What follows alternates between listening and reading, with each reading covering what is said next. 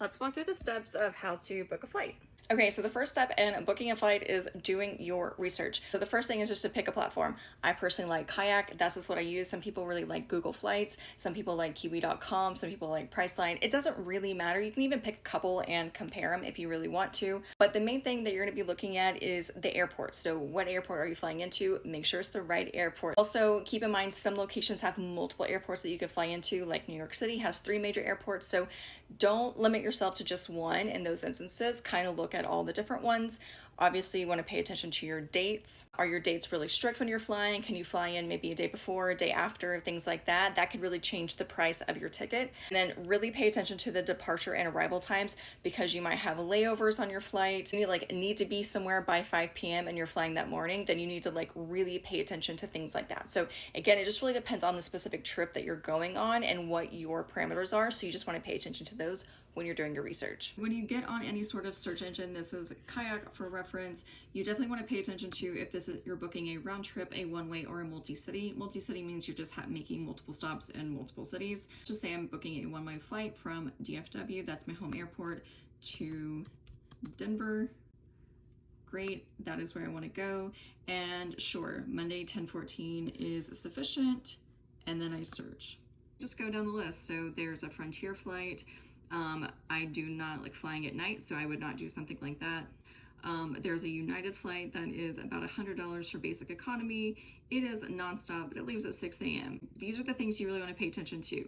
The time that you're leaving and arriving, and then how many stops you might have, and then basic economy main cabin is going to show you different prices as well. Here on the left-hand side is usually where you can kind of put in your different filters and your parameters.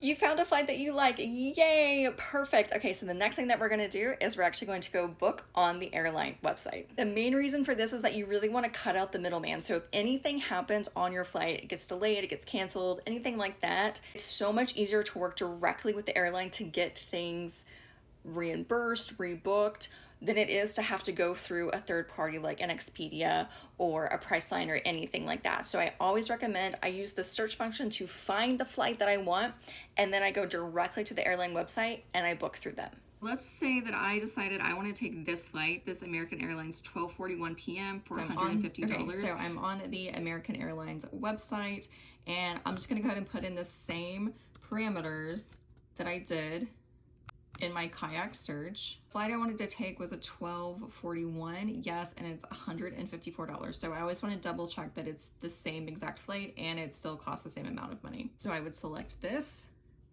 And then from here, you're gonna have some options. The price that's always shown to you is always like basic economy. And you can just see here like what you get for that, what you get if you wanna upgrade, anything like that. For me personally, for like a really short flight like this, I don't really care that much. And I'm just gonna go ahead and book the basic economy. They're always gonna try to upgrade you, just accept restrictions and you can go to the next page. Okay, usually at this step, I just want to triple check that it's the right date and time and all of that, because I do not want to book the wrong flight. And here, this is where you're going to put in all of your passenger details, your name, if you have any sort of loyalty number. If you're a new flyer, you may not, but you can definitely sign up for any of these if you want to. Put in your birth date, your gender, and your country of residence. If you have TSA PreCheck or global entry, you would put in your known traveler number right here. Trip contact, you just put in your information again. And then it's going to give you this information about just packing and what you can and can't bring on the plane. Next, it's going to take you to the page where you can select your seat, and it'll show you the different prices for selecting your seat. Now, every airline is different in how they do this. For American, every seat has to be paid for.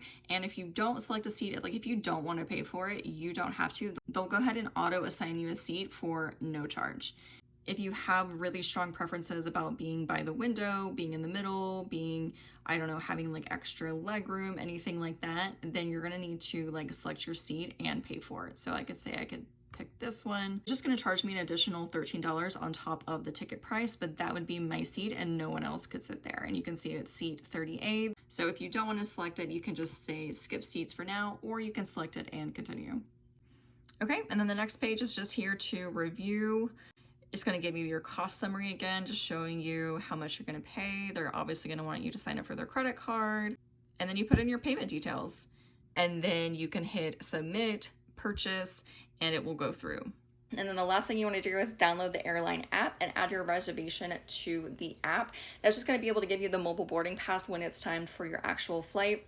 You can also book a flight through your phone. Personally, for me, it's a computer task, and then I add it to my mobile app afterwards. But basically, after you book your flight, you're going to get a reservation code. It's usually like 6 letters, maybe letters and numbers, and you just use that in the app, say find my booking or manage my booking, something like that, and you'll put that in and it'll add it to the app to your account, and then that's it. Hope that was super helpful. This is a pretty like ABC kind of process. You just research, find the flight you like, go to the airline website, actually book it there, walk through all the steps, and then you have your reservation ticket, and there's nothing really to do until it is time to check in 24 hours before your flight.